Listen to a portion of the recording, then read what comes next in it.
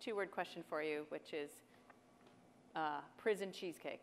What I found is that just like a women's college, there is a huge level of obsession and focus around food in a women's prison.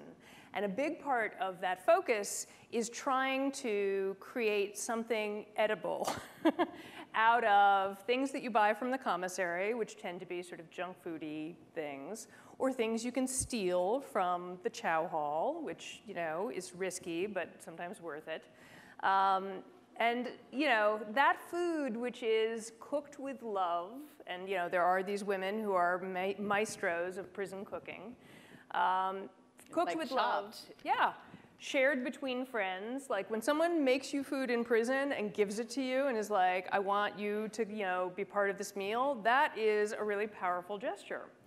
So what's in it? Prison cheesecake is the only recipe. There's a whole prison canon around cooking, but it's the only recipe that Your next book. Mastered.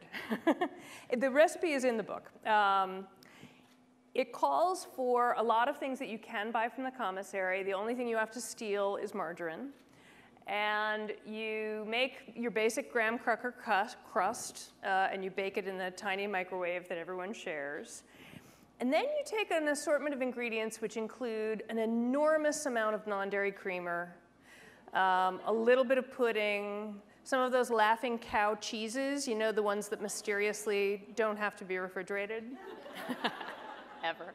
And you combine them, and while you're working on the recipe, while you're following the recipe, you're like, this is really not going well. This is soup, this is really problematic. Then you take one of those plastic squeeze lemons, and you squeeze it in, and you stir, and you squeeze the whole lemon in there, and all of a sudden, some kind of chemical reaction takes place, and the whole thing stiffens up, and suddenly you have really remarkably something that mimics the texture and, if you're incarcerated, the taste of a New York cheesecake.